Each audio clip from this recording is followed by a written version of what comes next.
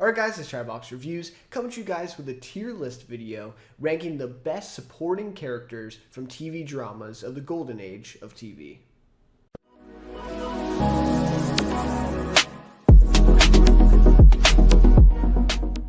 Alright, so I really enjoyed putting together the last tier list video here on the channel. That was for lead characters within the same shows here, right? Drama TV shows of the golden age of TV. And yeah, so, really like putting that one together, but I thought there are so many characters that are missing from this list that aren't lead characters. So this one is going to be kind of a follow-up to that of just, supporting characters or side characters, if you will, that, obviously none of them are going to cross over between the two. So these are all new, a whole new set of characters. We have, I think, 36 here. It was originally 35, but again, I forgot to add one. But anyways, so it's 36 total characters here. That are on this tier list, and I went ahead and made this one as well as I did for the last one because I couldn't find a tier list out there with these characters on it. So I tried to pick 35, 36 of the best characters. Tried to include, there's a couple like real new ones on here similar to last list, and then most of them are from probably early 2000s, basically.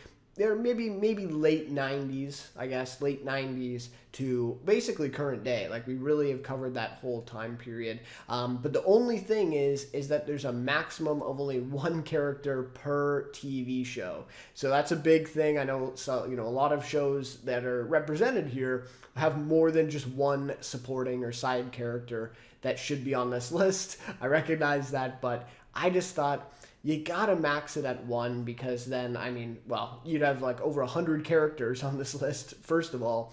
And second, I just feel like it's a little bit more interesting to have more shows represented, a little bit more kind of diversity of television, if you will, from that golden age, rather than just, 5 or 6 shows with 3 different characters all competing. And yeah, I didn't really want to rank 100 characters because the last one there was like 50, and that took me forever. So hopefully this one's a little shorter as well. But I'd love to hear your guys' thoughts, of course, on these characters. What were some of your favorite characters from, TV shows, the golden age of TV and all that stuff.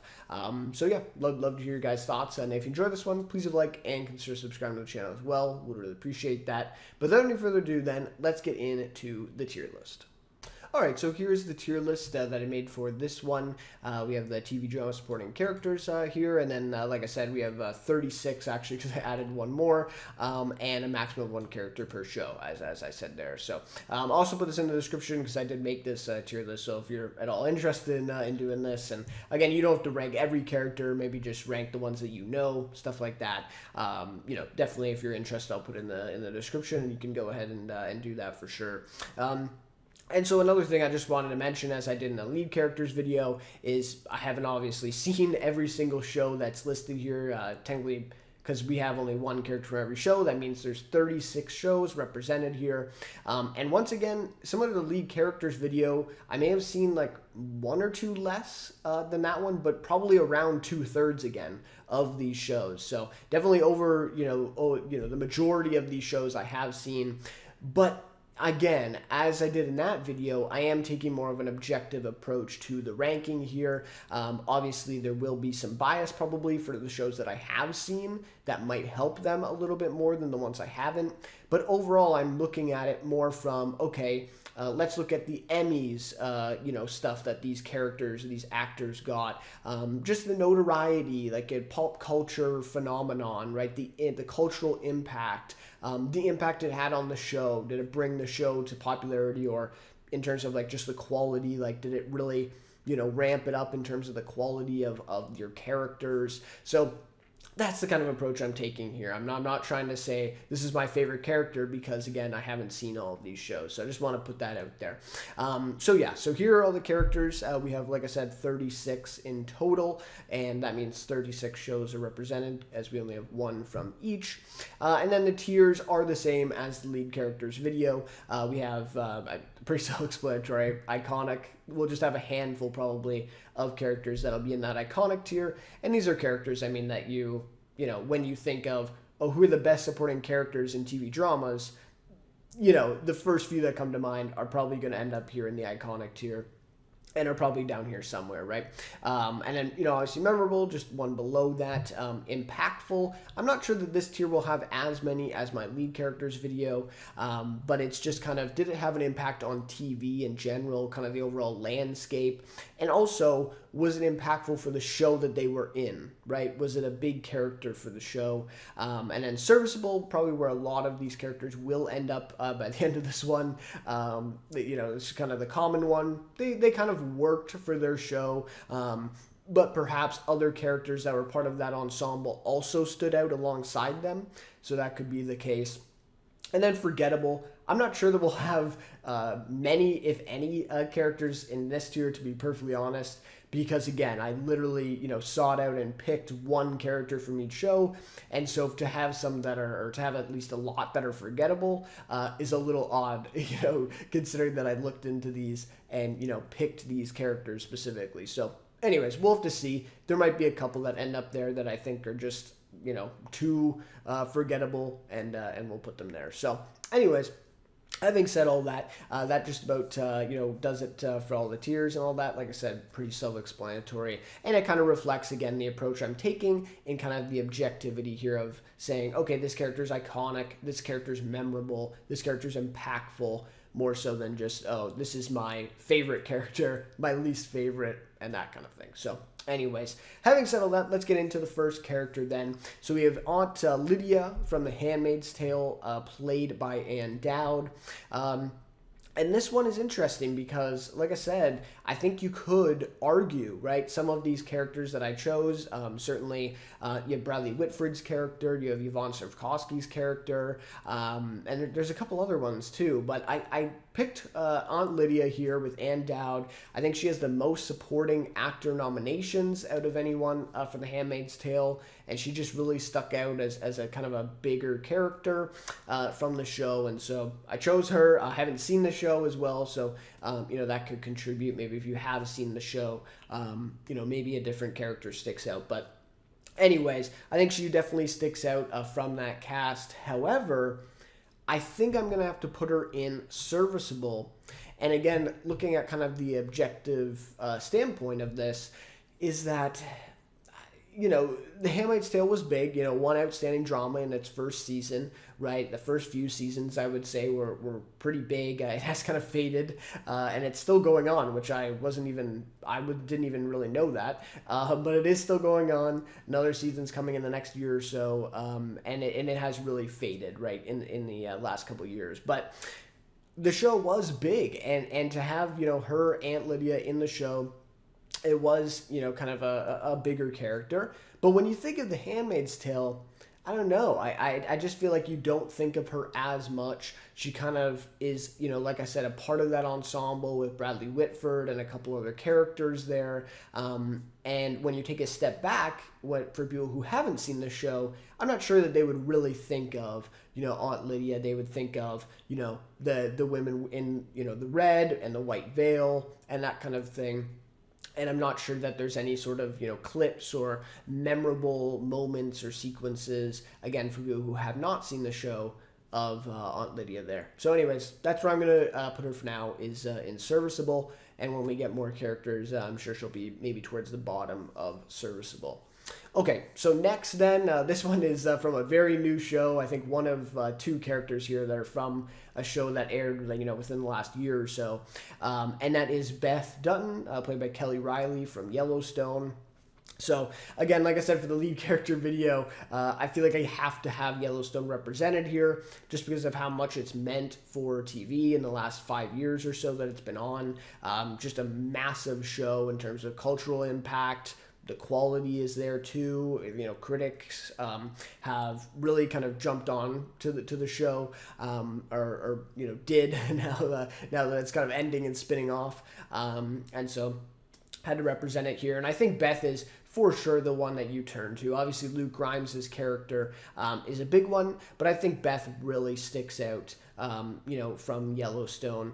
And I have seen the first season of Yellowstone, or almost the whole first season there. And I actually took a look at the premiere when it came out. The night it came out here on the channel, I did a review. So kind of funny, looking back and seeing, where the show has gone. And I really liked Beth Dunn. I thought she really stuck out in those first few episodes of season 1 that I reviewed here on the channel, and I think I said as much. So, and I think she has become pretty popular, right, in terms of the cultural stuff with Yellowstone. Some of the clips and all that have been, have been pretty big in terms of her character. So I think she really sticks out.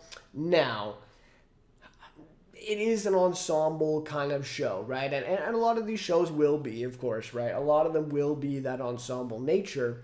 But I do think you have some other characters that people would think about. Obviously, Kevin Costner as the lead. John Dutton plays a big part in that. So I'm not sure. I really think I'm going to put her at the top of serviceable. Again, with the show also being so recent, I'm not sure that you've had time for that cultural impact to really set in while compared to some of these other shows. So that's, obviously not her fault, not the character's fault, but that's just kind of the reality. So right now, I'm going to put her at the top of serviceable because once we get some memorable characters in there, I think it'll be pretty, it'll be pretty easy to say, okay, well, she doesn't really compare to that group there. So, yeah. Okay.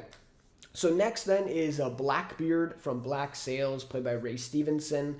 And we have a few actors here on this list that just passed away within the last couple years. Really unfortunate, Ray Stevenson, and all were in their 50s, I believe, like early 50s. So very unfortunate, and Ray Stevenson is one of those. He passed away. And so I guess partially maybe that would be the reason, but I also just think that he's such a big character in Black Sails. He is only in about 2 seasons of the show, and it's season 3 and 4 of Black Sails, but he just makes such an impact on the show. I think obviously you could have gone with Long John Silver, Captain Charles Vane, right? There's a few characters from Black Sails that you could have gone with, but him also playing Edward Teach, Blackbeard, that's such an iconic character when you think of pirates. It's just kind of goes on, right? It's that mythology of it and everything that goes into, I think a lot of people just know Blackbeard, right? When someone says Blackbeard, they think of, probably basically what this picture is, right? Like a, big guy with a black beard and who's this pirate and a captain of this ship, right? The Lady Anne, I believe, right?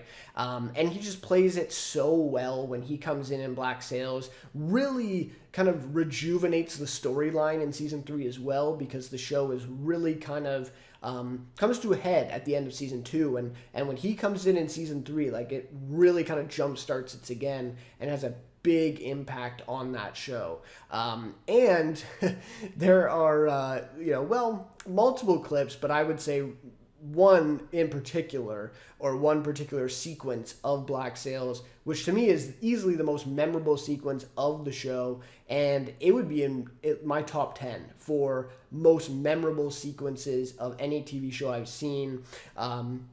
Again, I don't want to spoil too much, but it has to do with Blackbeard. I'll just say that it is an unbelievable sequence. One of the most insane things that I've seen on TV that any show has dared to do, and he's a part of that sequence. So this may be a little bit of bias, but I think with all the stuff I've said about his impact in the show, along with the fact that he's playing this huge, notorious character that everyone knows, I think I'm going to have to put him in memorable. I don't think he's going to be at the top of memorable by the time we're done, but I think I'll put him in memorable for now.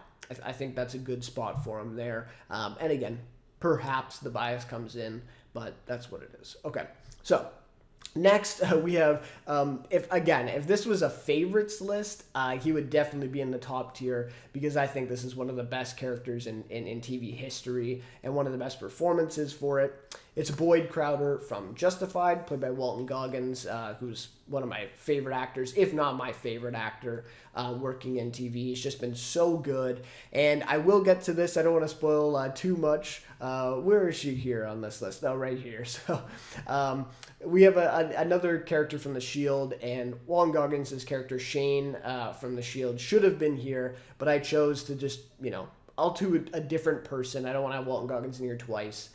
So that's what it is. But he's just so great. So Boyd Crowder, I mean, borderline, he's a borderline lead character in the later seasons of Justified. But I think it was fair to put him in here in supporting because a character later on in this list, Jesse Pinkman, there's a few characters here that you could argue are leads by the time the show ends. But anyways, that's what it is. And it also gives him an upper hand on some of these other characters, to be fair, right? So Boyd Crowder, just such a great arc for him from where he starts off in Justified to where he ends. Even like season 2, I would say, is probably his best arc. Again, from where it begins with season 2 and where he kind of ends off in season 1. Even at the end of season 1 is really the start of that arc, kind of that redemption arc from just being this complete outright villain in the pilot, like just no redeemable qualities really. It's really just Walton Goggins that brings such a real like uniqueness and nuance to that character that, I mean, you put any other actor in that role, I'm not sure that they would have done that. And a little bit of history about the show is they actually planned to kill off Boyd Crowder in that pilot episode, and if it wasn't for Walton Goggins' performance there, I don't even know if Boyd Crowder would have either appeared ever again in the show or played as big of a role as he did in the show. And so I think he just deserves a lot of credit for that, obviously. So enough blabbering. I got to put him in memorable. I'm not going to go iconic, though, because Justified just isn't as big of a show as some of these characters from these other shows, something like Breaking Bad, obviously Mad Men, The Wire. It's not quite at that level, I don't think, in terms of the pop culture and just the way that people think about the golden age of TV. Unfortunately, I wish it was. Huge fan of Justified, but it just isn't. So to me, in terms of the writing of the character, the performance, this might be one of the better ones, and so I definitely am going to put him at memorable, and hopefully by the end of this, he will definitely be towards the top of memorable, I would think, at least. Okay, so next we have maybe our first entry into iconic. I think you have to put him in iconic, and this is Christopher Moltisanti, played by Michael Imperioli from The Sopranos. With The Sopranos being such a big show for the golden age of TV, I think a lot of people argue, and I at least argue this, that Sopranos was basically the start or basically kicked off the golden age of TV. And so, the character from that show, I think it has to be an iconic. And Christopher Moltisanti is such a good character. So many different arcs and things that they put him throughout the series. And I just think, Michael Imperioli also is an amazing actor.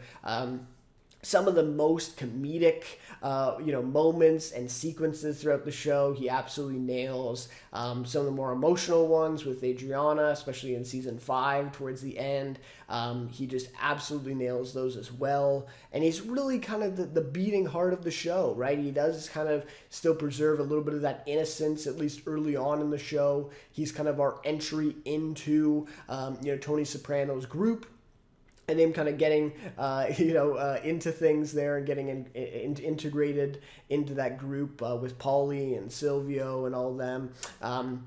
And Big Pussy, of course, for the first few seasons there. So, I just think you have to put him in there.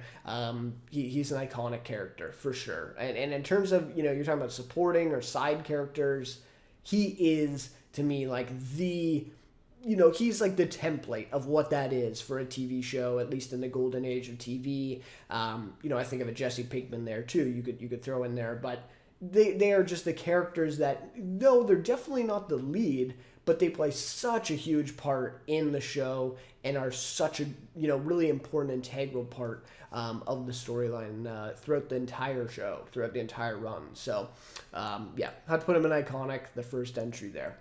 Okay, so next we have C.J. Craig from The West Wing, played by Allison Janney. And this one, I was thinking about this beforehand. I think I'm going to have to put it in impactful. And again, maybe this, it's between impactful and memorable. It is, because I think impactful, I would put her there because when you think of The West Wing, by the way, there are so many great supporting characters in The West Wing. It was tough to even pick her. But again, I think she was nominated for the most Emmys, so I kind of use that as maybe, an argument to put her over. Who else is in there? Bradley Whitford's character, right, from The West Wing, Duo Hill. There's a bunch of them there from The West Wing that were just amazing and got nominated for Emmys like almost every season, year in, year out. So, completely up for debate on whether this was even the right character to pick from The West Wing. Completely fair. But the reason I want to put her in impactful is because being that kind of supporting actress, right, in this cast, and a lot of the supporting characters were men, and so I think just being the kind of woman and being the star of that supporting kind of ensemble cast, if you will, of The West Wing, in the early 2000s, I think that means something, and I think her character probably had a big impact on the golden age of TV, or at least, the mid-2000s time there, when West Wing came out. Early to mid 2000s, when the show came out and when it was airing. I just feel like that character had a big impact in terms of being kind of this standout woman character there in West Wing. And like I said, I mean, she's been nominated. I want to say like every season of The West Wing, or damn near every season she was nominated, won a couple times, I think, as well. And so, again, that could even be impactful in the way that she was just able to dominate the Emmys and be in that award contention every single season. And Allison Janney's a great actress. I mean, over the years, she's really shown that. So, I think you got to put her in impactful. Though, again, I think it actually is fair now that I think about it, because memorable, I'm not sure that she quite cracks memorable there because of that ensemble cast. And like I said, it's even up for debate if she would have been the right character to pick from that amazing ensemble cast of The West Wing. So that's what it is. We'll leave her there in impactful, and probably she will end up towards the top of impactful there. Okay, so the next one here is an interesting one. It's Christina Yang from Grey's Anatomy, played by Sandra Oh. I wasn't sure if Grey's Anatomy should even be in this conversation here for the golden age of TV. But if you look back on it, like now they're in like season 20, and I think it's just gotten out of hand. I'm not even sure. I mean, I don't know a lot of people who even watch the show still, and I think the ratings reflect that in the last few years. But it's still on the air. I believe Ella Pompeo is still doing the show 20 seasons in. I think she's still the lead of the show. So crazy. But Sandra Oh was in the first 10-ish seasons, I think, of Grey's Anatomy. I maybe seen like an episode here and there when it's been on TV, but I have not, went through and watched the show. But I do think it was such a big show at one time that I had to put it on here. I had to represent it somehow, especially because I didn't have it in my lead actor or my lead characters video. And I thought Sandra Oh's character really stood out. There was a lot of memorable characters from Grey's early on in the early seasons, but she stuck around for the longest out of any of those supporting characters, 10 seasons, like I said. And Sandra Oh was really built a career for herself with Killing Eve and a few things over the last, 5 years or so since her time on Grey's. And so I think, I think you could argue whether she should be here or not, but definitely a standout character from Grey's Anatomy. Now, at the end of the day, it is Grey's Anatomy. It is a medical drama on network TV. And I know the first few seasons did get a lot of love from the Emmys, and a lot of, critics really did think it was quality TV. But just when you think about it, with time that has passed now, and in hindsight, I'm not sure that it compares to the level of a lot of these other shows when you think of prestige television. So for that reason, I think I'm going to put her towards the bottom of serviceable. Again, I'm sure that character was good. It really stands out from Grey's Anatomy over the years, but ultimately, I'm just not sure that it's on that same level. So we'll put it in serviceable. And you know what? We'll maybe put it above Aunt Lydia from The Handmaid's Tale, just because I think, again, if people see Sandra Oh's face, they probably think of her role in Grey's Anatomy and how big of a role that was. So put that there. And you know what? We may even put her over Beth Dutton just because of, the amount of seasons that she was in the show. So we'll put her there in serviceable for now. All right, so next we have Officer Danny from The Shield, played by Catherine Dent. And like I mentioned, Boyd Crowder, right? This probably should have been Shane, or at least I would have picked Shane from The Shield, also played by Walton Goggins, but I figured we didn't need two Walton Goggins characters here. So, I thought I'd highlight Officer Danny from The Shield instead. Now, having said that, I think she would still be deserving anyways to be here. I think she's a really great character from The Shield. And I think I'm going to have to put her in impactful because The Shield, for its time, right? For its time, and even still today too, right? But it was groundbreaking, right? For multiple reasons. The main one being, of course, that Vic Mackey, Michael Chiklis, the lead character of the show, is a dirty cop, right? It's a cop drama show about a dirty cop at the forefront, and that was just never really done, right? Like, that really subverted the genre of just cop dramas, right? It's always this, good guy, right, hero, if you will, protagonist, right, that is, an honest detective, an honest cop, and all that. And then The Shield came along, and it was like, no, this guy is a dirty cop. He's an anti-hero, right, which you could argue, obviously, Tony Soprano really kicked off in terms of TV, but in terms of the cop drama, that was unheard of, right? And probably ruffled quite a few feathers at the time as well, to have that kind of on TV and have a show about a dirty cop being the lead.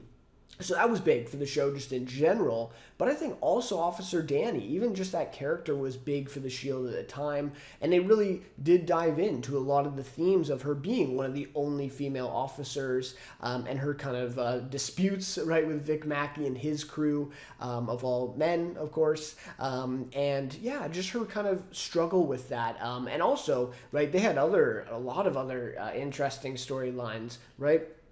With, I think it was Michael Jace, his character there, Julian, right, from The Shield, and him being a gay black man in the force, as part of that kind of, I guess it was, basically the same office, right, the same police office, but not quite in the crew with Vic Mackey.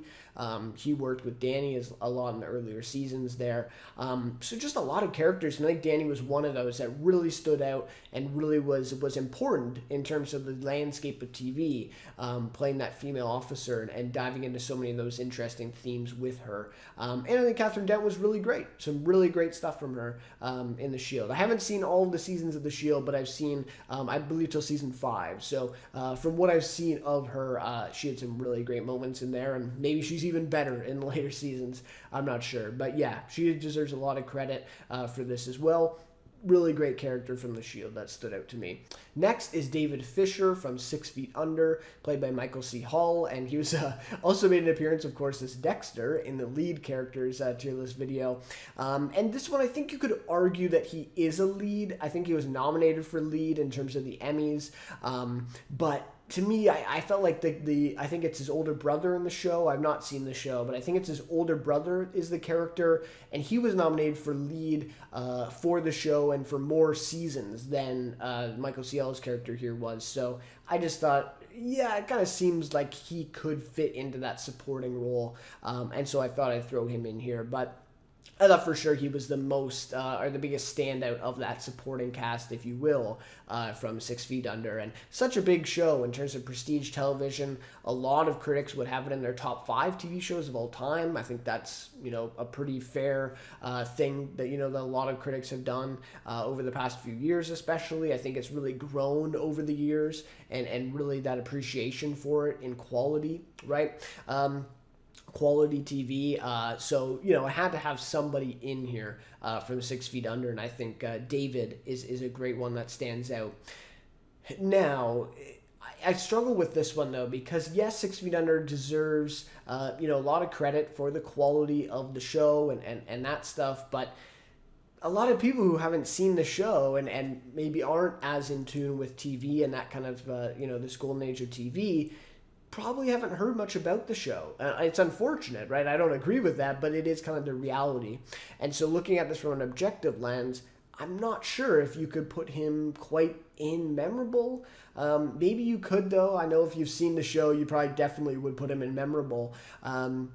And so perhaps that's just kind of, again, the bias that I have not seen the show. But yeah, you just don't hear as much about 6 Feet Under, unfortunately. It is kind of that family focus as well. I think that's something that you have to consider here. He is a part of that family. There are lots of other characters that are that get a lot of screen time and a lot of focus, even though he was maybe the biggest standout.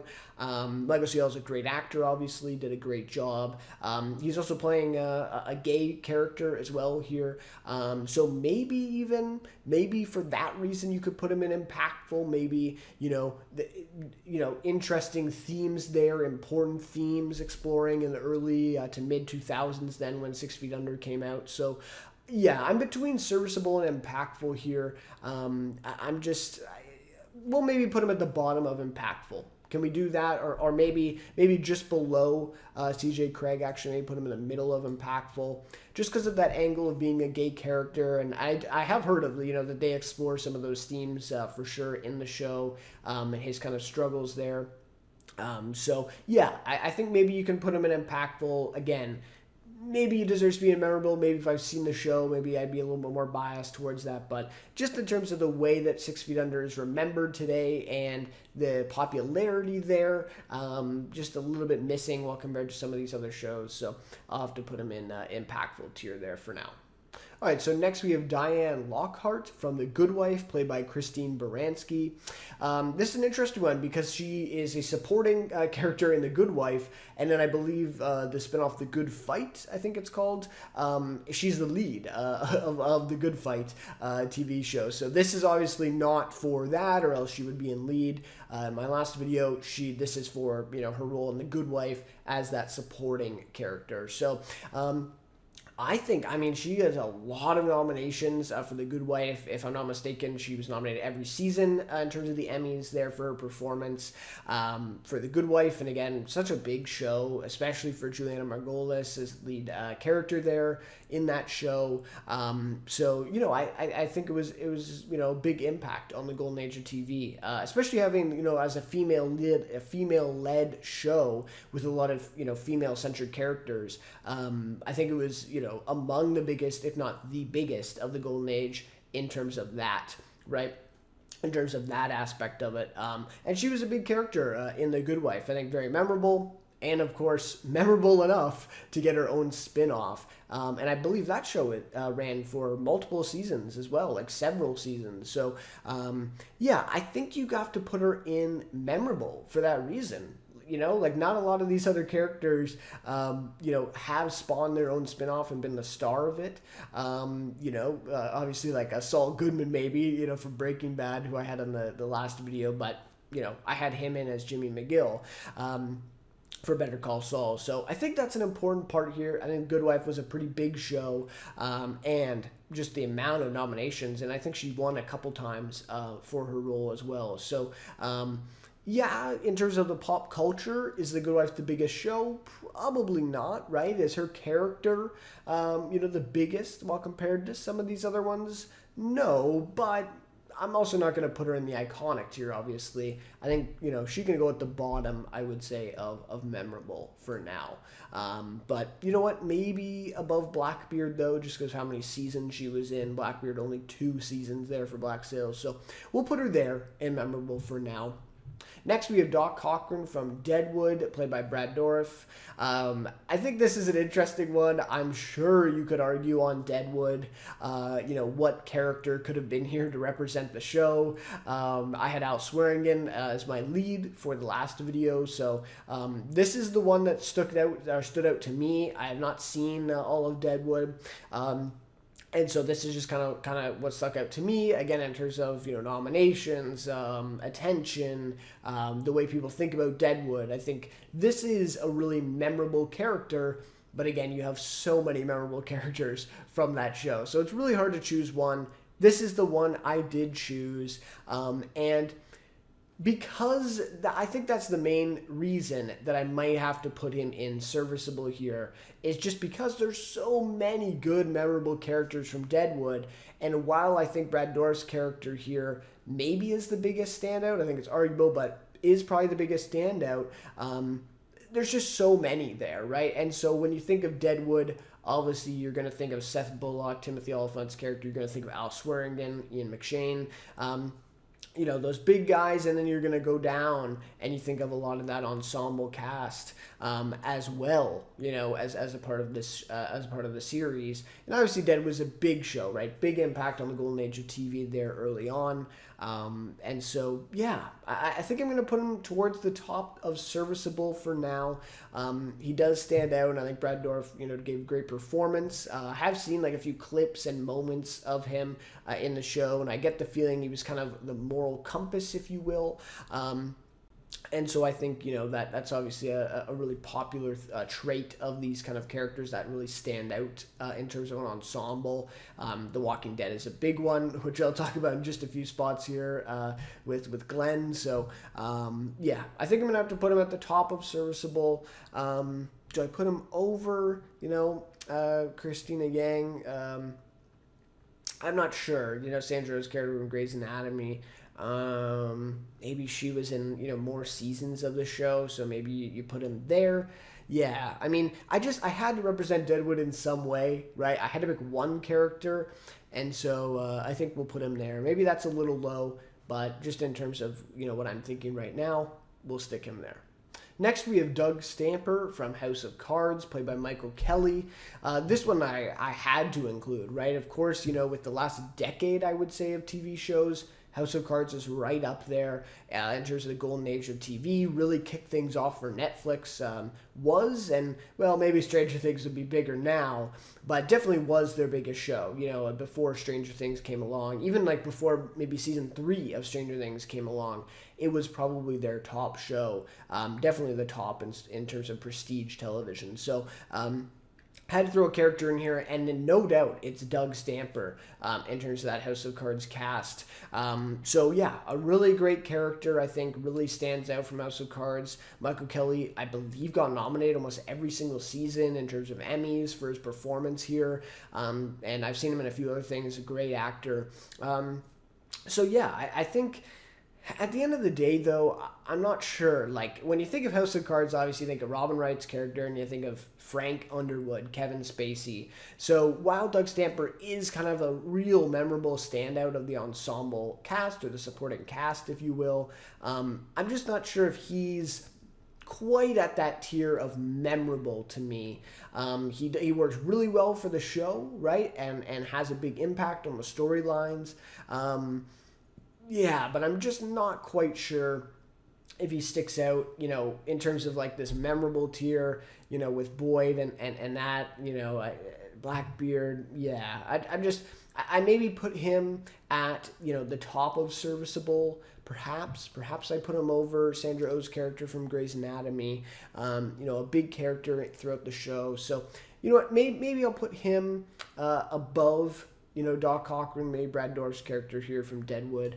I think that's a fair spot. Again, maybe he should be higher, but also House of Cards kind of faded. I think that's fair to say, of course, with the drama with Kevin Spacey, just kind of naturally with him, not being in that final season. So I think with it fading a little bit, and in terms of, hindsight now, maybe it's a little kind of, not as popular anymore. And so maybe you put him there in serviceable for now. Okay. So next, then, this is a big one. We have 11 from Stranger Things, played by Millie Bobby Brown, of course. And I think this is like from the first couple episodes of season 1. This picture, so it's kind of funny, obviously seeing what she looks like now over the years that Stranger Things has been on. But yeah, I think I'm not gonna go iconic. I don't think. I think just maybe right on the border of iconic, but I think I'm going to put her at the top of memorable for now. When you think of Stranger Things, I mean, arguably she's a lead of Stranger Things, right? Like, I think you could even argue that. But in terms of the ensemble nature of the show, I think you put her in supporting. And when you think of Stranger Things, 11 is like the first thing you think about, I would say. Then maybe it's Hopper and Joyce, then it's those kind of smaller, or not smaller, but just, you get down the list of the ensemble there. But I think 11 is the head of it. Just really great from the first season, right? Just look at the picture, right? It's such a memorable, just looking character. And of course, the presence that she's had in the entire series now as it's gone on is just huge. It's huge. So, yeah. Really memorable, and obviously in terms of pop culture, huge. I mean, perhaps even like the most popular or the most, impact in terms of culture of TV on this list of any character. I think you could argue that. So definitely the top of memorable. Again, I just don't know about iconic, though. Like, when I think of, obviously Stranger Things, I think, is in that conversation with the golden age of TV. Certainly, it is prestige television. But I don't know, when we fill that iconic tier with some more names here, I think it'll be a little bit, I'm just not sure that she'll quite fit in there. But we can move her still. Maybe by the end of it, I'm like, you know what? Yeah, she is iconic. So definitely top of memorable, though, for sure for this one. Okay, so next we have Ellen Parsons from Damages, played by Rose Byrne. And this is an interesting one because I think, obviously, in Damages, Glenn Close, right, is obviously the lead, and she was in my lead characters video for Damages. But Ellen Parsons, at least I have not seen the show, but from what I have seen, and read about it, she is almost basically a lead, right? She is kind of the way that we are introduced to Glenn Close's character in Damages. She plays a huge role in that. So for that reason, I'm kind of leaning towards memorable. Damages was a pretty big show, but at the same time, does it really compare to some of those other shows at the top of the golden age of TV? I'm not sure. It is a legal drama, and I'm sure Rose Byrne gives a good performance. She was nominated for multiple Emmys for the seasons here of Damages. Like I said, playing that big supporting role. But I'm just not sure with Damages, with the impact it had. I think more of Glenn Close as the lead of Damages and that big performance where she kind of dominated the landscape of TV. Again, like her and Juliana Margolis for The Good Wife are probably those two, kind of big spotlight, performances by lead actresses in these dramas, in the golden age of TV. And so her being the kind of supporting, character in there, yeah, I'm not sure. I think we'll put her maybe above Doug Stamper in House of Cards. I think that's maybe fair. Again, the Grey's impact is just maybe a little too big here with her character being there for 10 seasons, really standing out. So yeah, I think we'll put her right there. Maybe she should be memorable just for the role she has in the show, but for now, we'll stick her there, towards the top of serviceable for sure. Okay, so next is Glenn Rhee, played by Stephen Yeun from The Walking Dead, of course. Like I said, he is really the moral compass of the show. I think a lot of people stopped watching the show when, spoiler alert, but a lot of people know it. Walking Dead's a big popular show. His death, right? His death in season 7. A lot of people even stopped watching the show because he was killed off. He was that big of a character. He's there literally from the pilot episode, which you can't say for a lot of Walking Dead characters, especially by the time they got to season 7.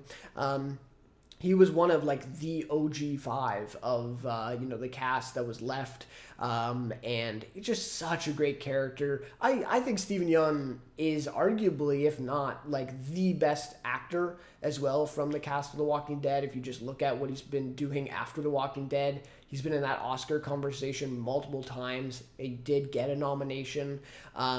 So yeah, I mean, he's just a great actor, brings so much to that role. And The Walking Dead was massive. I mean, a massive show when it was on.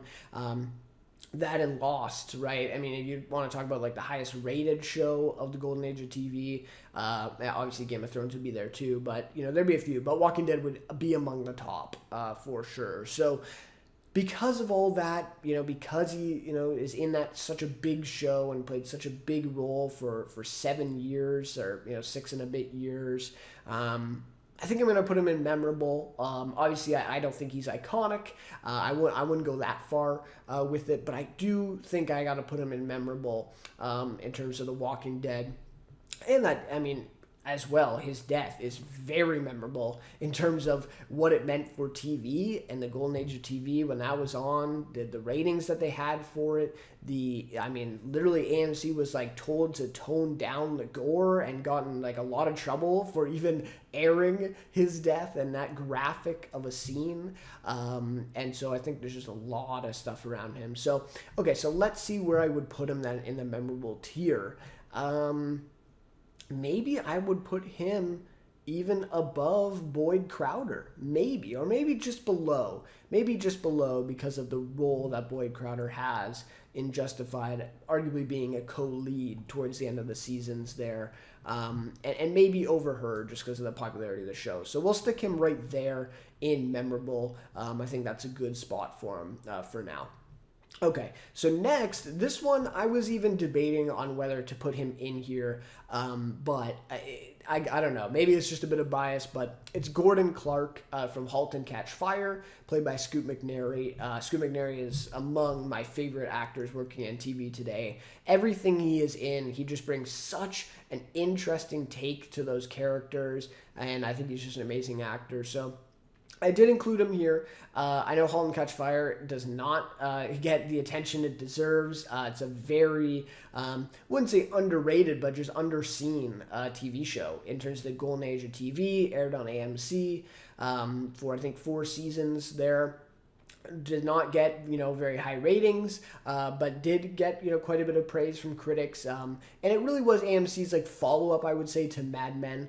It's following the computing, that's kind of the theme it's tackling there with these computer engineers, but it's again a period drama of kind of in that office type of space, kind of like Mad Men.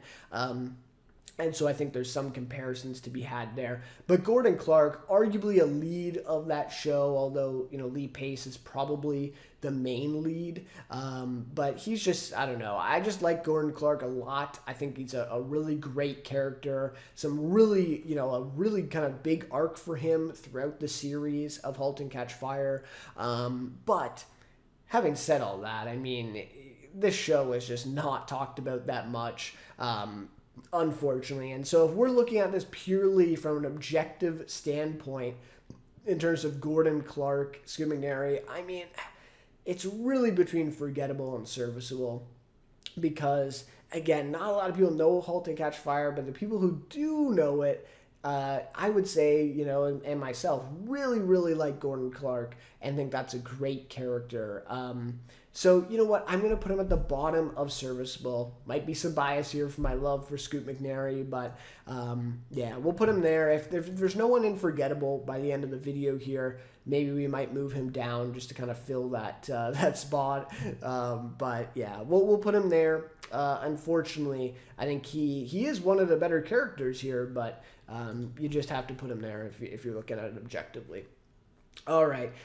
So here is a very interesting one. We got Gus Fring, and this is from Better Call Saul. So I did cheat a little bit here, okay? I had to get, of course, and you see him, coming up, Jesse Pinkman. I mean, that's a given. We all know where he's going to go in this tier list. And then I thought to myself, well, but I can only pick one from Breaking Bad. So I got to pick Jesse Pinkman, but I have to have Gus Fring on this list somehow. And so I kind of cheated, but he is obviously in Better Call Saul as well as Breaking Bad. He plays I would say arguably a bigger role actually in Better Call Saul throughout its run. And so I thought, okay, if I have to pick one from Better Call Saul, I'm going to make it Gus Fring so I can still get him in here. So that's what I've done. Of course, Gus Fring, played by Giancarlo Esposito. I think really an iconic character, an iconic villain for sure. One of the best villains in TV history, I would say, between his role in Breaking Bad and Better Call Saul combined. But I'm not sure if you can quite put him in iconic. That's the only thing. I mean, yes, he's an iconic villain, but I'm not sure if he's an iconic supporting or side character. Just because, again, when I think of that, I think of names like Boyd Crowder, like Jesse Pinkman, like Christopher Moltisanti up there in iconic. Those are, really big, like, meaty roles and meaty characters that play a big part in the storyline.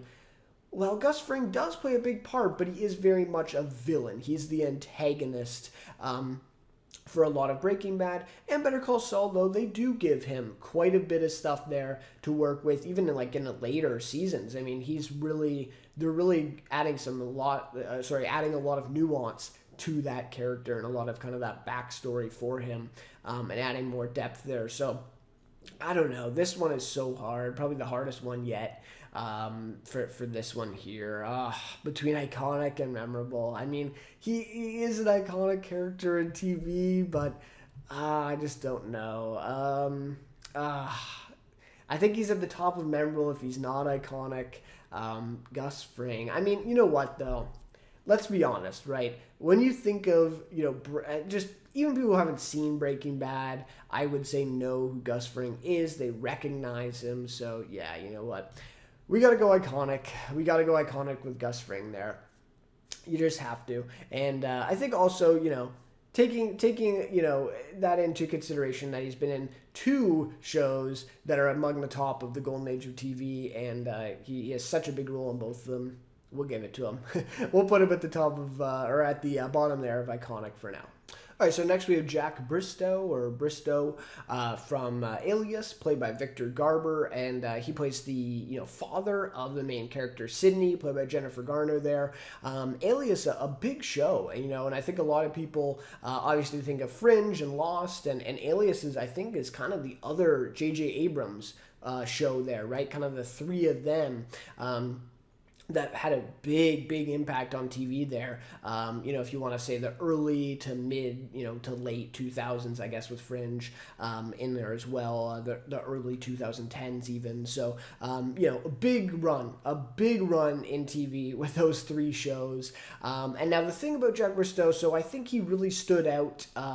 Victor Garber, a great actor, been working for quite a long time in TV. I believe he got nominated for almost every season of Alias.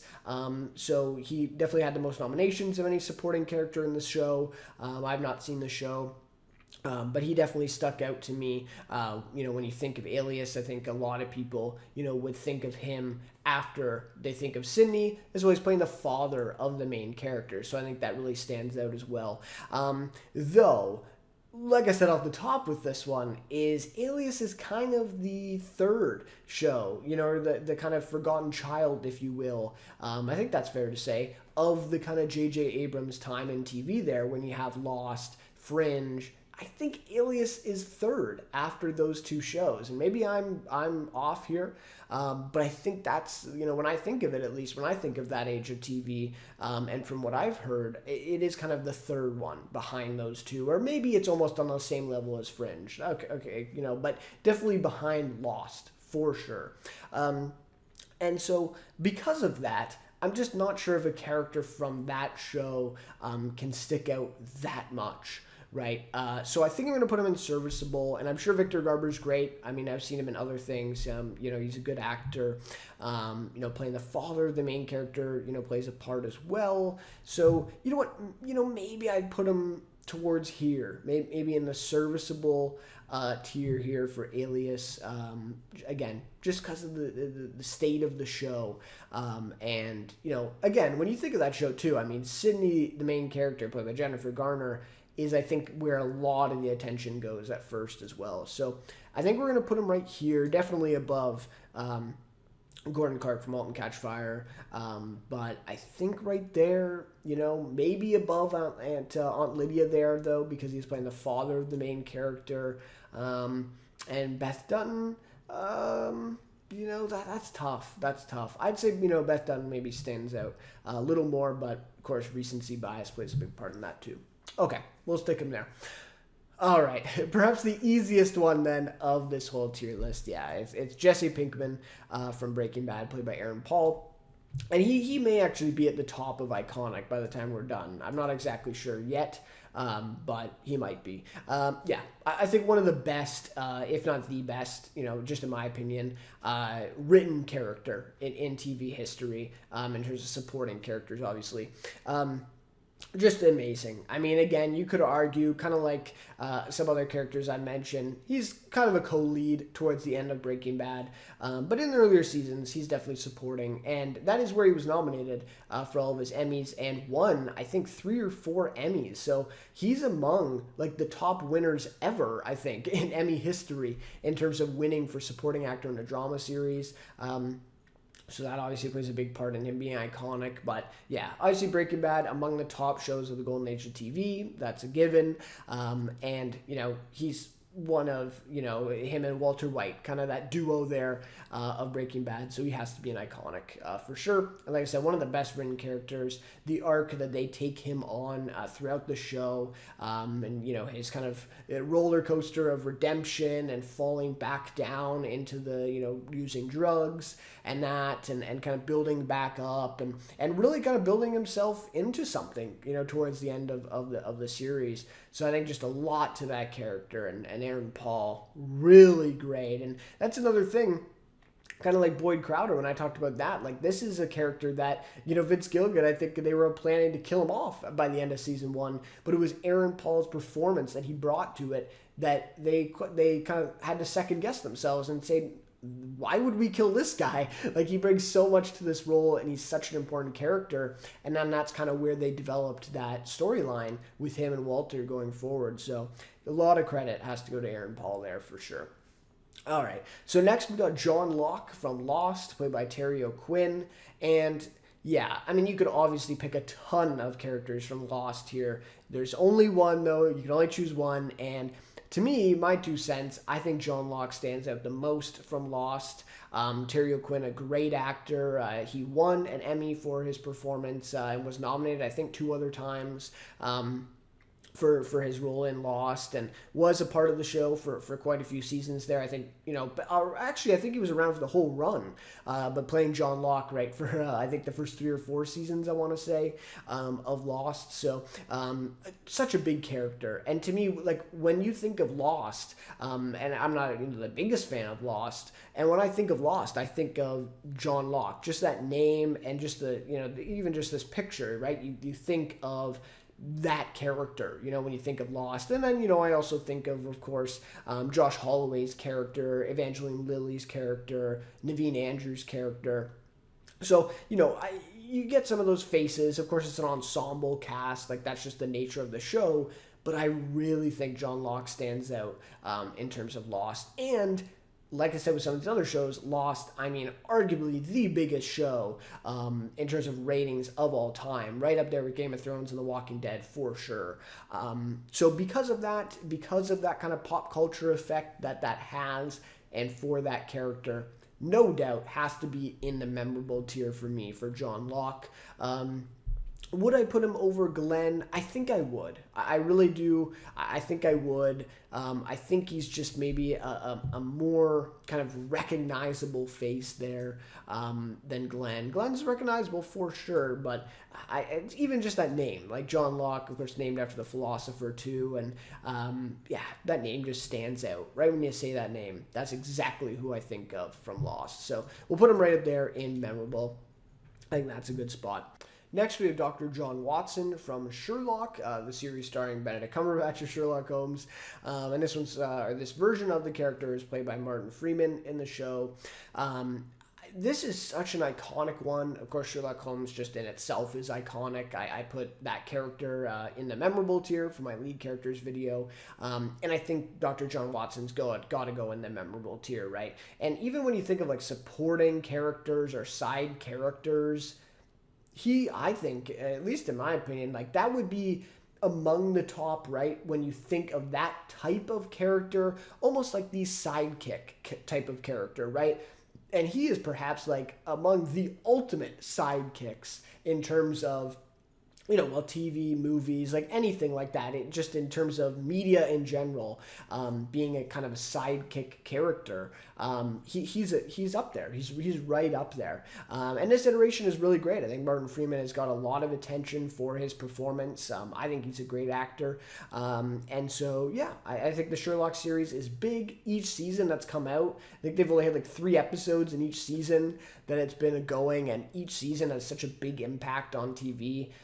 Was a big part of that golden age. So obviously really popular among British audiences and just fans anywhere in the world of Sherlock Holmes. So he's got to go in the memorable tier, and he's got to go. Though again, I think these ones are maybe a little bigger in just terms of ratings wise, just the kind of landscape of TV. Whereas Sherlock, it is big, like I said. I'm not sure that it quite compares to Walking Dead and Lost, so maybe we'll just we'll put him right there. We'll put him right there below those two, there in the memorable tier for sure. Next is Maeve from Westworld, played by Thandie Newton. And this is one I had to put in here. I know Westworld, the reputation of the show has really fell off a cliff to the point of I don't even know where you could watch it anymore, right? Like, didn't HBO Max literally remove it from their platform because of how bad it got in season 3 and 4? I only watched the first 2 seasons of the show, but yeah, anyways, that aside, so I know it has faded a lot, and that will have an impact on where I place this character. But for the first 2 seasons of the show, from what I saw, this was a real standout character from that ensemble cast. I think you could have had Bernard here. I think that was arguable as well. He's a great character. But Maeve, just such a standout. And I think Thandie Newton brought so much to that performance. And I think the whole cast of Westworld is really impressive, especially the cast and the actors who played the hosts in those first couple of seasons. I mean, especially season 1. Like, I don't know. I just think that's so underrated for what they did. Literally acting as robots, right? Acting as those hosts and trying to, like, that must be so hard, or at least I think it would be, to, reject those kind of human tendencies, right? Of just our mannerisms and our reactions to things, and just kind of be a completely different entity. Like, not even just, oh, you're being a villain or you're doing this and doing different types of people. No, it's like you're not even a person. You have to act as this robot while still looking like a human, right? And so you still have to be this kind of believable, especially a character like Bernard. I mean, not to spill too much, but he had to be believable as a human. So I don't know. I just think they don't get enough credit, the cast of Westworld, for what they were able to do. And I think Thandie Newton is among the best in the cast, if not the best in terms of that. So really great in Westworld. But like I said, the show really took a dive off a steep cliff for the last 2 seasons, especially season 3. I think was a big fall off, big disappointment. So I'm not sure. She also won, I think, for supporting actress the 1 year as well. So yeah, just because of the fading there, I think you got to go serviceable in terms of this tier. And maybe I put Beth Dutton above her, to be honest with you. I think that's a good spot. Major Bristow from Alias, maybe not as big, or maybe he was in more seasons, more nominations, and Westworld really did fade at the end there. So yeah, I think I would put her there. I think we'll put her there for now in the serviceable tier. Okay, so next then we have Mozzie from White Collar, and this is another one, as I mentioned, with Ray Stevenson. Really unfortunate. Willie Garson passed. It's actually been like 2 years now. It's went by very fast since then, but yeah, really, really unfortunate. Willie Garson passed away. Such a great actor. Of course, he played a real standout character, Stanford from Sex and the City. I think that's where he, his first big role there, where he got most of his fame from. But he is so great in White Collar, a real standout. Obviously, Neil Caffrey is kind of the head, right, of White Collar as that lead. But Mozzie is such a great supporting character. And again, when I think of supporting characters, Mozzie, to me, at least subjectively speaking, because I love White Collar, he really comes to mind when I think of a supporting character that's unique, that really stands out. There's just so many idiosyncrasies about Mozzie that Willie Garson brings to the role that make him stand out and make him just so unique, especially within White Collar, where a lot of the characters are more serious, right? I mean, they're cops, like they're detectives, right? And so a lot of the people around Mozzie are very serious, and he is always just kind of this flamboyant, very, and a lot of the comedic elements come from that character as well. So I just think he has such an impact on the show of White Collar in that way. So I'm leaning towards memorable. To me, I know that White Collar is not the biggest show, in terms of Golden Age TV. It's one of my personal favorites for sure. And I think it had a great run. I really do. I think it had a great run. Mozzie's around for all 6 seasons of the show, played a big role in it. So, I mean, then again, though, I look at a character like this from Grey's Anatomy. It's tough to put him maybe over her there, from Grey's Anatomy. And then I look at the memorable tier, is he up there with a character like Blackbeard, Diane Lockhart, some of these other ones? I'm just not sure if, objectively speaking, White Collar and kind of allows him to go up there. And you also do have kind of that unique character with Neil Caffrey in there too.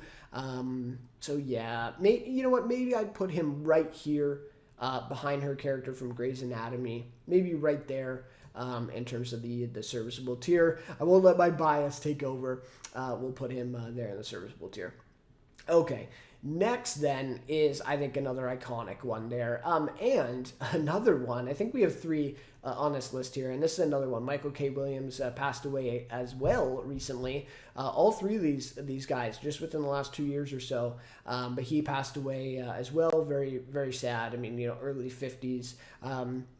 So a lot of work that he could have put in, and a lot of probably memorable characters that he had left in him to play. And this is Omar Little from The Wire, played by Michael K. Williams, and he's got to go an iconic. And I think you put him over Gus Fring probably.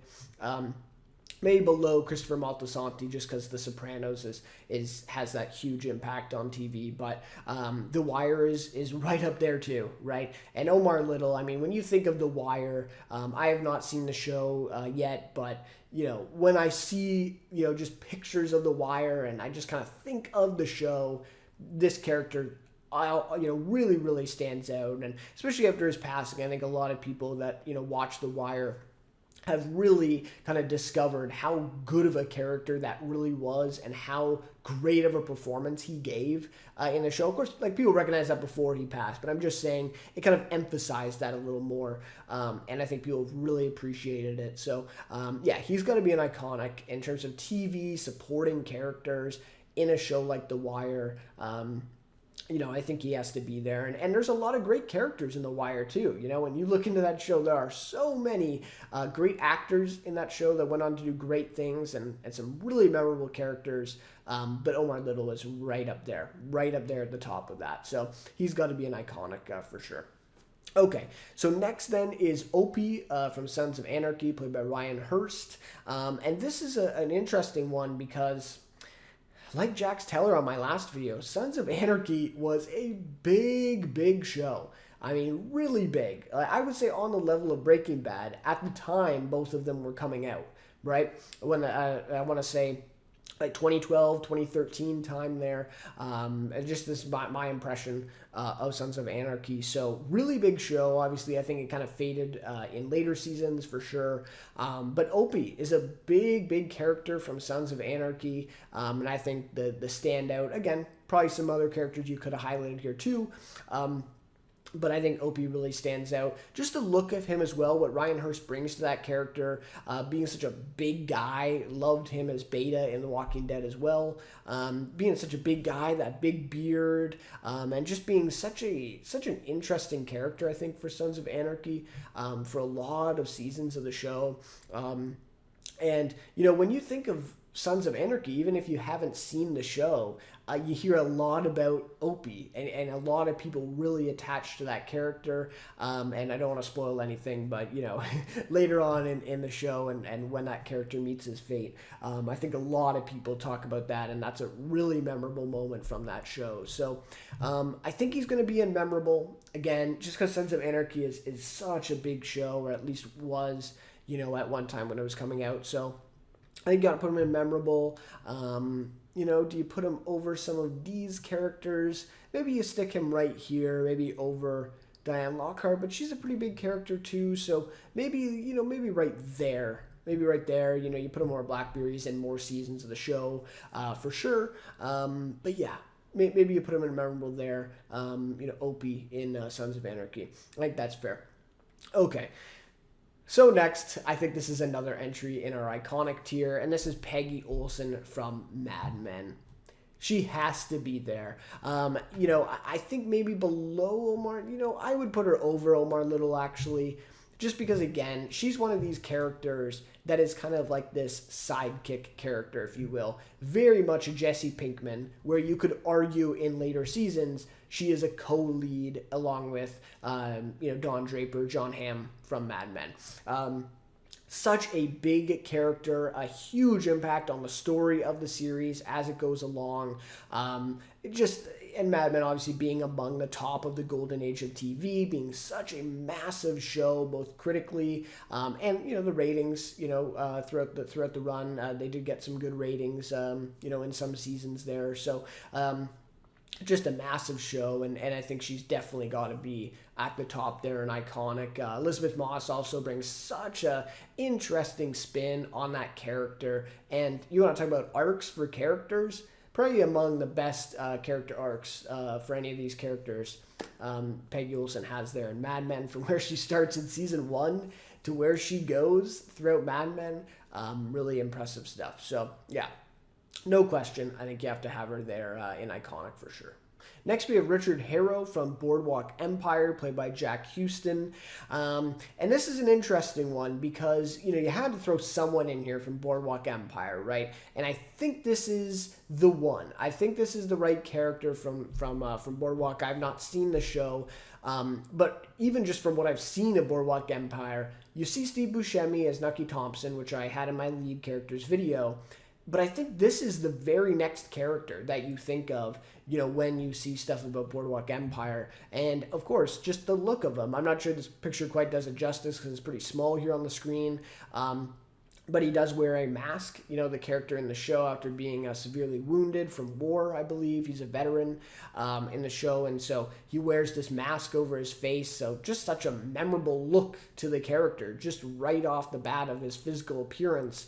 And that really makes him stick out. And from, what I've heard and from, seeing Boardwalk Empire, just everything about the show, he really sticks out. And I think a lot of people, really like that character. And he sticks around, I think, for almost the whole run of the show. So a big one there. Boardwalk Empire, a huge impact, I think, on the golden age of TV, up there among the top of prestige television. A really great show, throughout its run. Obviously, I think some seasons are better than others. I've heard that, the later seasons kind of taper off a little bit, but still, a big character from a big show. So I think we're going to have to go memorable, I think. Again, it's such a unique character, just the look alone.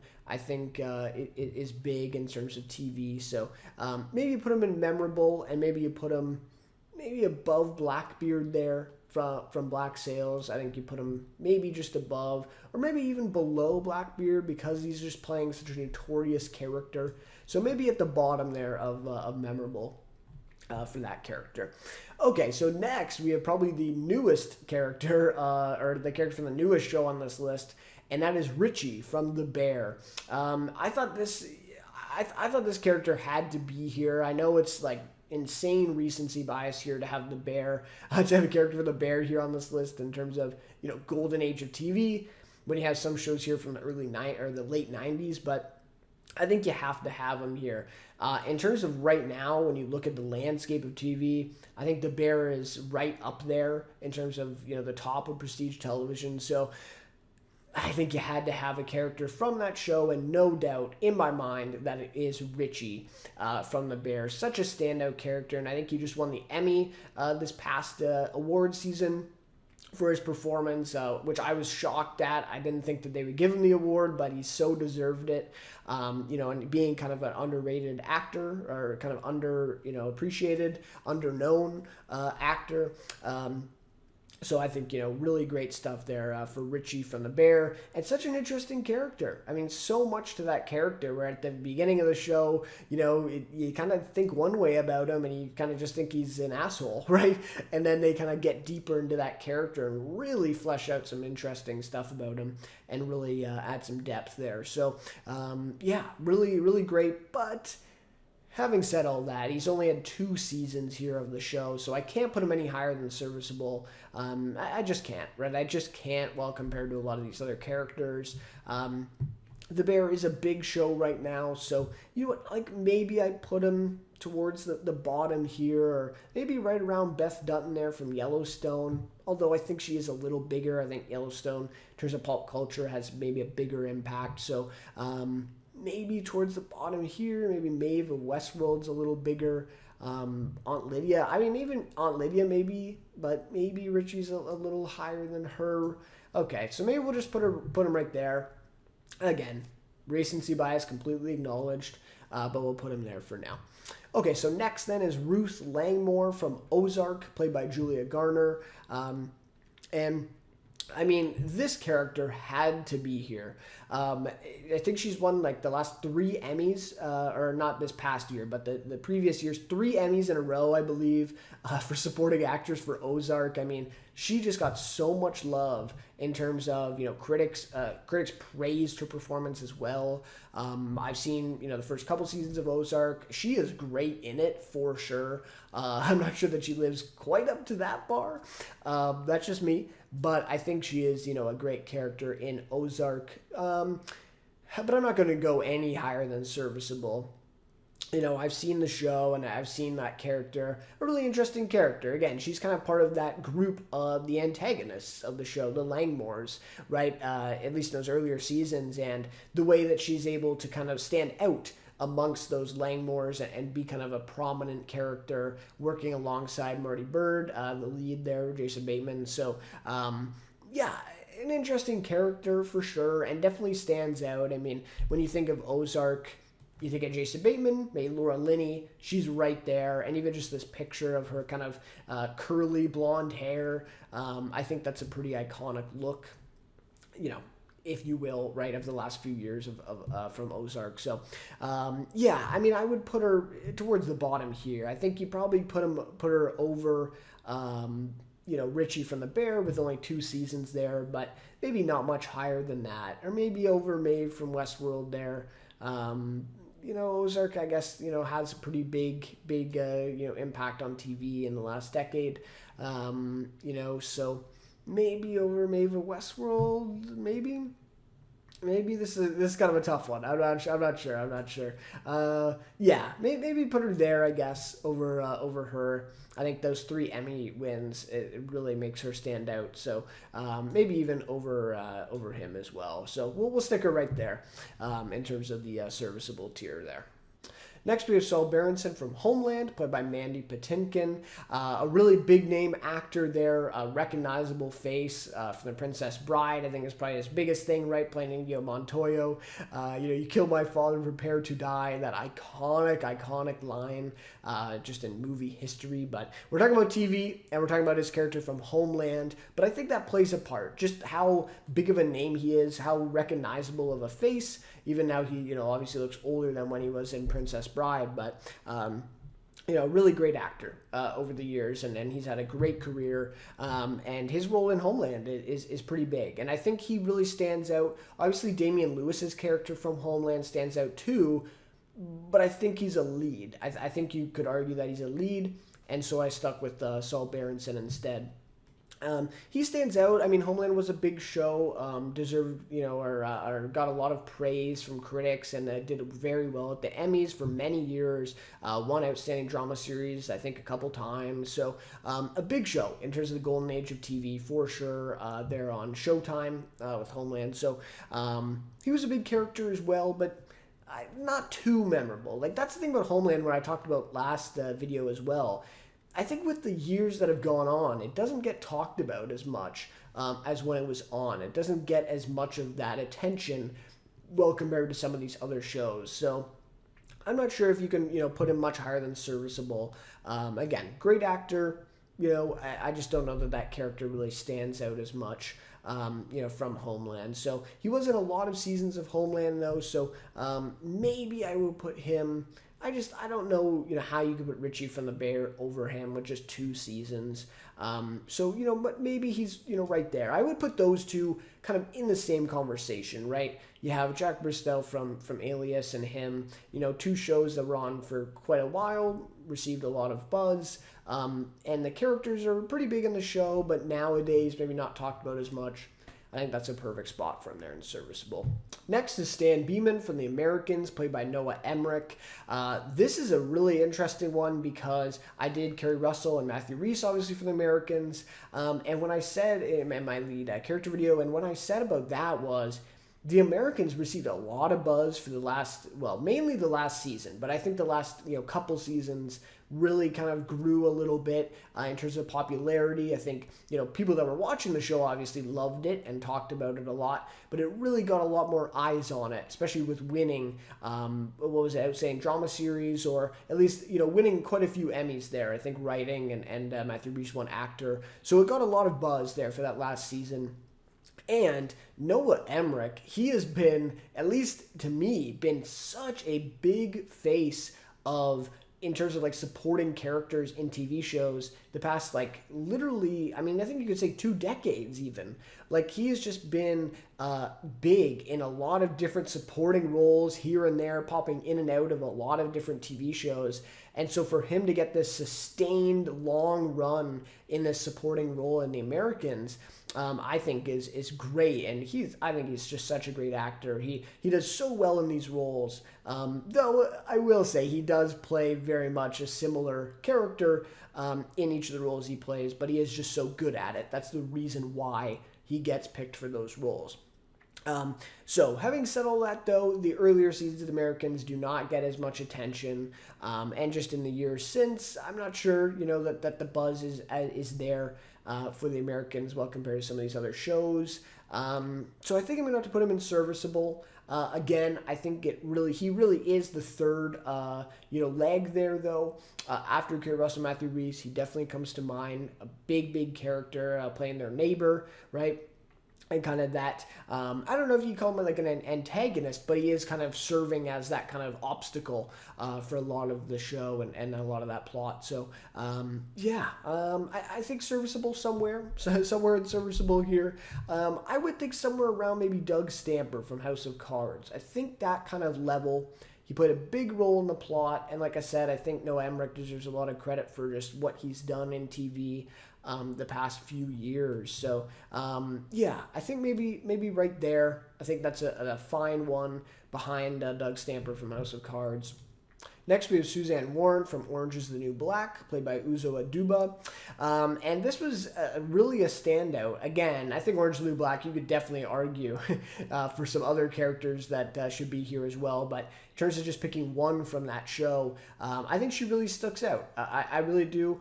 Danielle Brooks, I think, played a character as well that really stood out from that show. I only watched, I think, season 1 of the show, or like almost all of season 1, a lot of those earlier episodes, and I actually don't remember her being in season 1. I don't think she was. I think she kind of came along in season 2. The character of Suzanne Warren, or I think a lot of people refer to her as Crazy Eyes, or that's kind of her nickname in the show.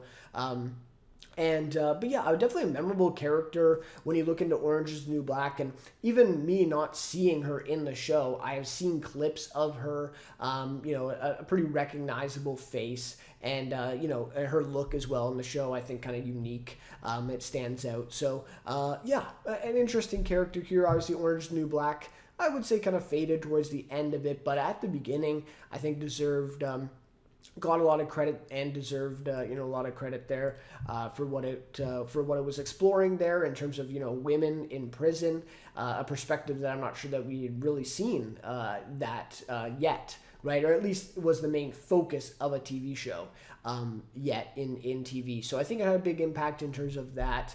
And so for that reason, I might put her up here in impactful, just because she's, playing that character in that type of show that was exploring that.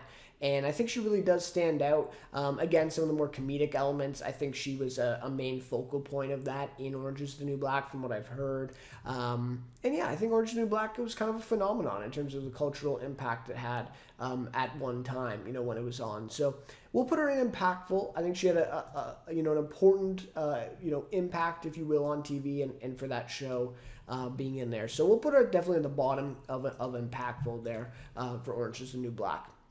Okay, so this one is a fun one.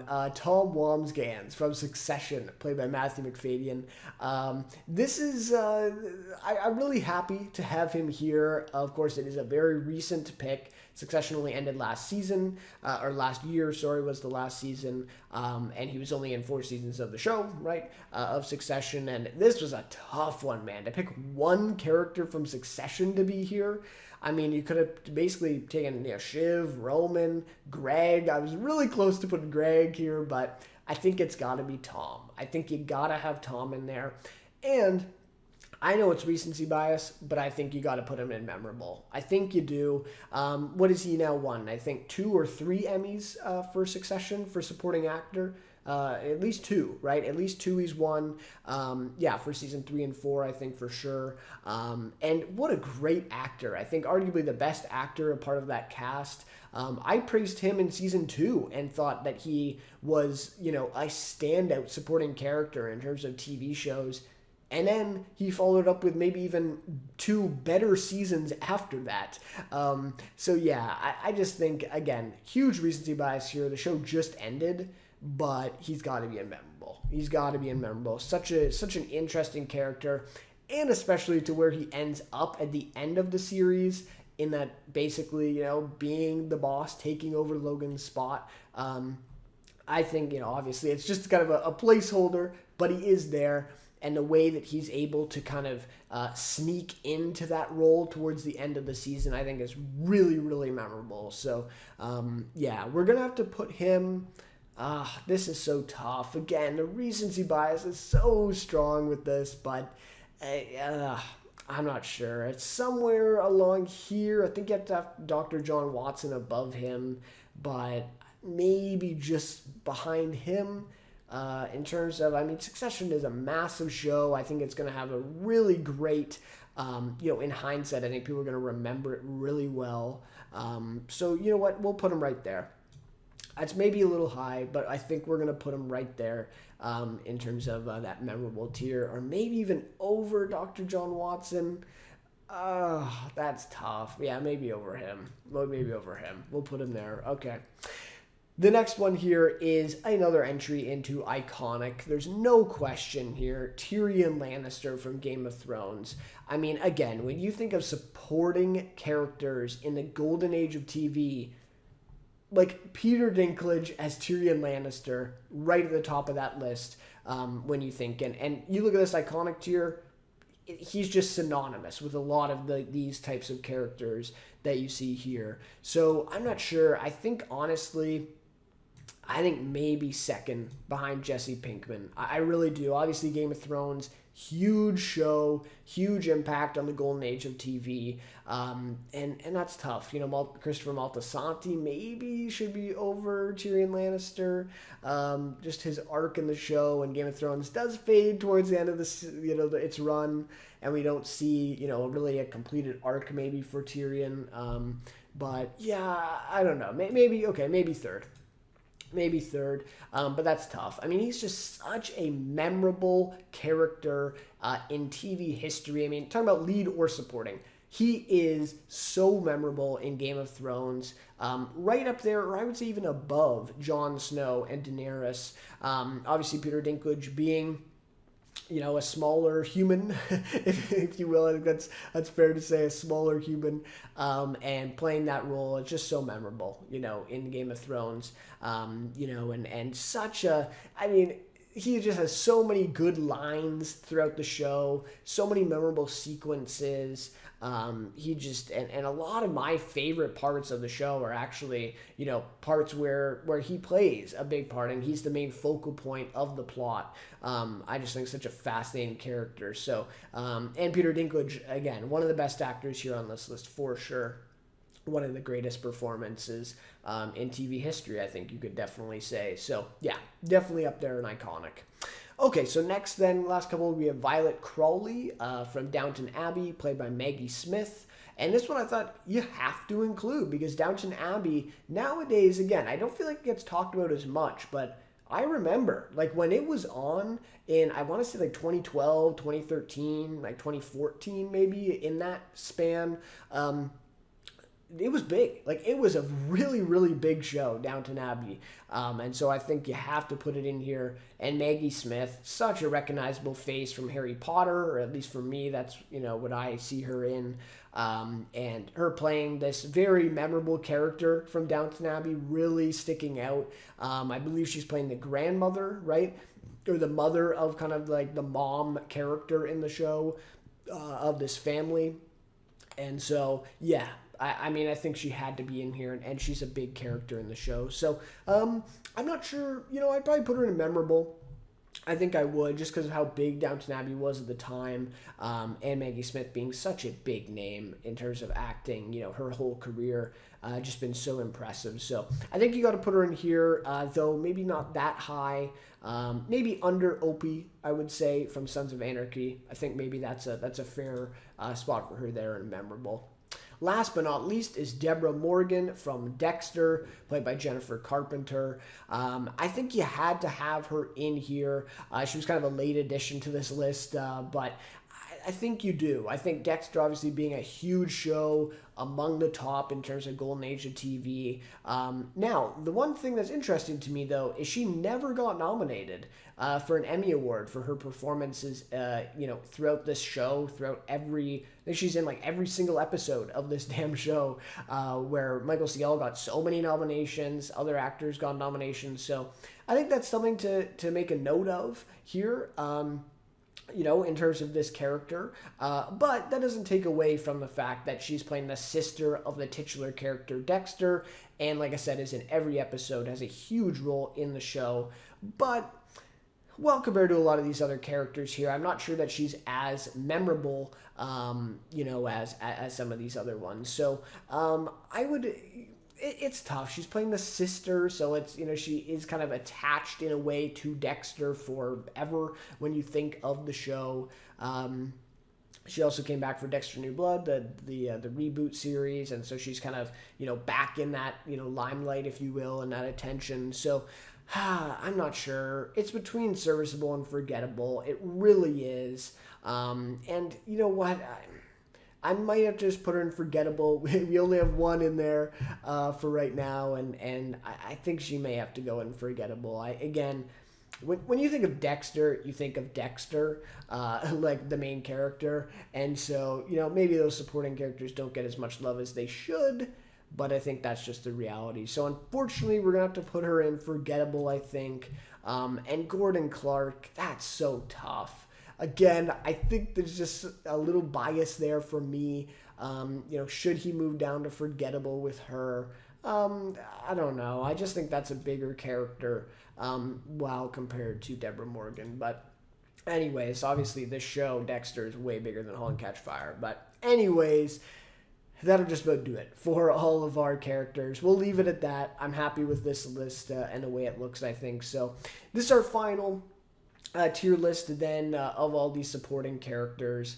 All right, so that'll just about do it then for this one, ranking the drama supporting characters in this tier list. So really enjoyed putting this one together, as well as I did the lead characters one. So yeah, definitely looking to do more tier list videos in the future. Definitely want to do one probably for TV shows. But for that one, I think I'll definitely have to take more of a subjective approach, maybe in terms of just the TV shows that I've seen, and kind of rank them. I'm not sure what the criteria would be, because I've seen a lot of TV shows, maybe only ones I've finished or only ones I've seen a certain season amount of. I'm not sure, but definitely looking forward to doing something like that in the future with these tier lists. And if you guys have any other recommendations for any types of tier lists in terms of like golden age of TV, that kind of approach or that angle, really like to hear them.